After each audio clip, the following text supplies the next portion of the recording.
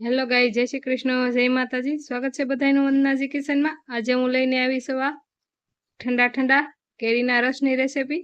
આ રેસીપી સારી લાગે તો લાઈક, શેર, સબસ્ક્રાઈબ અને કમેન્ટ કરજો। આપણે 1 કિલો કેરી લીધી છે। આનો આગળનો ભાગ કાપી અને આપણે આ રીતે આની સાલો ઉતારી લેશું।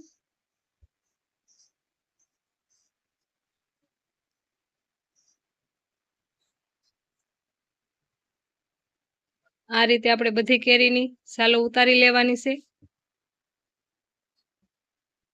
આ રીતે મેં બધી કેરીની સાલો ઉતારી લીધી છે।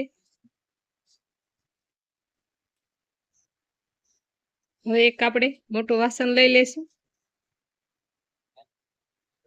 હવે આપણે આ રીતે કટ લગાવી લેશું કેરીમાં। ઝીણા ઝીણા પીસ કરવાના છે આપણે।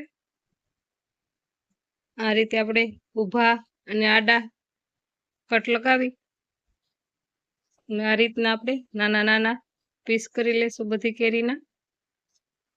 આવી રીતે ઝીણી સુધારવી એટલે કેરી બ્લેન્ડર કે મિક્સર જારમાં આપણે કાઢવું હોય એટલે મસ્તીનું આસાનથી આ રસ તૈયાર થઈ જાય છે।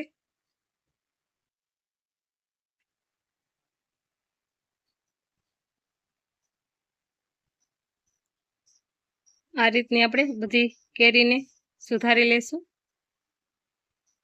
બધી કેરી મેં સુધારી લીધી છે। 1 કિલો કેરી લીધી હતી એની સામે આપણે અડધો કળશો દૂધ લીધું છે। આ થોડો ગોળ લીધો છે ગળપણ વધારવા, અને આપણે ઠંડો ઠંડો કરવા બરફ લીધો છે। આપણે દૂધ એડ કરીશું,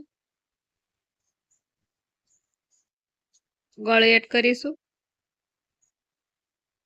હવે આપણે આ બરફ એડ કરીશું। હવે આપણે આમાં બ્લેન્ડર ફેરવી દેશું। બ્લેન્ડર ફેરવી દીધું છે। મસ્તીનો આપણો આ રસ તૈયાર છે। રસ આપણે હવે સર્વ કરીશું પૂરીઓ સાથે।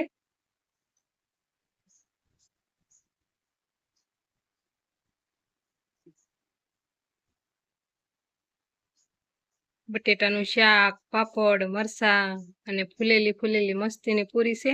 હાલો બધાય બપોરા કરવા।